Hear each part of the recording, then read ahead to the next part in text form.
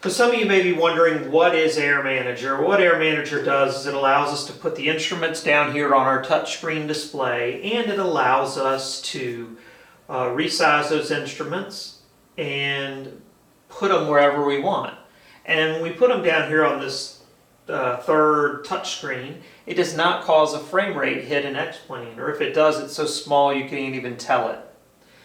And also it enables touch, so you're able to push buttons, turn knobs, and so forth, unlike you have ever been able to do before. So let's take a look at the Air Manager interface here. So what I've got is I've got my various panels I've created, and if the little padlock next to it is locked, that means that it can't be manipulated.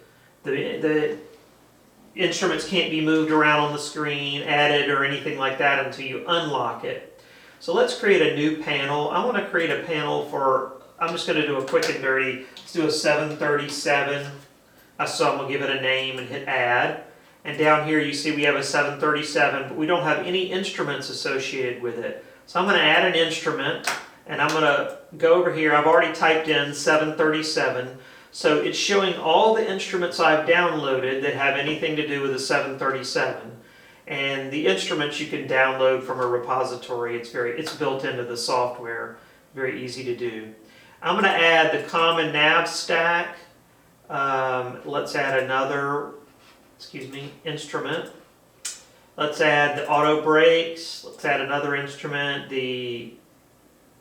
So these are this is the engine instrumentation. And let's add one more instrument, the standby attitude indicator.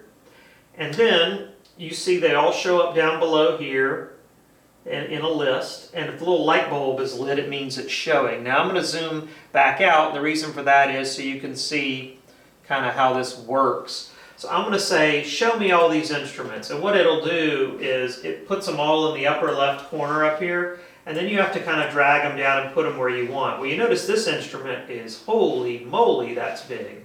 Not quite sure why they have that for such a huge, I don't know why the default size is so huge, but if you right click, you can see it's called the Boeing 737 COM nav stack.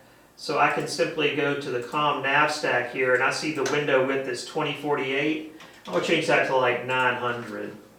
And then now I'm going to show the instruments again by hitting the little light bulb. And now it's a much more reasonable size. It still may be a little bit larger than I want it to be, but it's a more reasonable size. There's my attitude indicator. And here are my engines. Again, you can see everything's probably a little bit bigger than I want it, because I want it all to fit on here. So I just hit the little light bulb to turn off the instruments, go down to my engine panel and change the size to maybe 700 for the width. Let's show the panel again. And now this is getting a little more reasonably sized. And our attitude indicator is a little bit on the large size. So let's go to about 450 for the width. And let's show all these panels again. And you see things are getting a little more like it. That engine panel is still looking a little large for me. Let's make it 500. These are in pixels.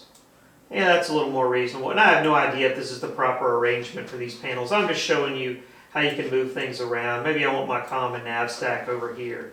And there's more 737 related instruments. But, this is just, again, an exercise to show you how you can move things around. And, I can also grab them like this and move them around if I so chose. And then what you do when you're done and you've got them where you want them, you hit the little padlock to lock them so they won't move around on you anymore. Hopefully you can see that little padlock there that I just hit. It's a little padlock right next to the panel. And the reason for locking it, well, one of the big reasons is this is touch enabled down here. So you don't want to be turning a knob and then inadvertently move your panel. And so all this stuff being touch enabled, you do want to lock your panels. That way when you're turning this knob, you're not actually dragging the panel around the screen. You see if I hit the unlock, and I start messing with things, the panels are going to start moving around. Maybe, turning the knob, and if I get off that knob just a little bit, it actually moves the panel. So you just hit the little padlock here, and that'll lock it in place so it doesn't move around on you. You can see some of the other panels. This is the Cessna 172 panel that comes with it by default. It comes with the, there's one instrument missing down here. Actually, it's the fuel selector. I'm not sure what happened to it. But this is the default Cessna 172 panel that comes with, pre-made with Air Manager. And as you probably saw in one of the earlier videos, I kind of squished this stuff up to the left here and added a 530 and a 430 over there. So you can, even though this is a pre-made panel, you can resize all of these instruments and move things around as you see fit. So hopefully that kind of tells you a little bit about Air Manager and what it does and what its purpose is.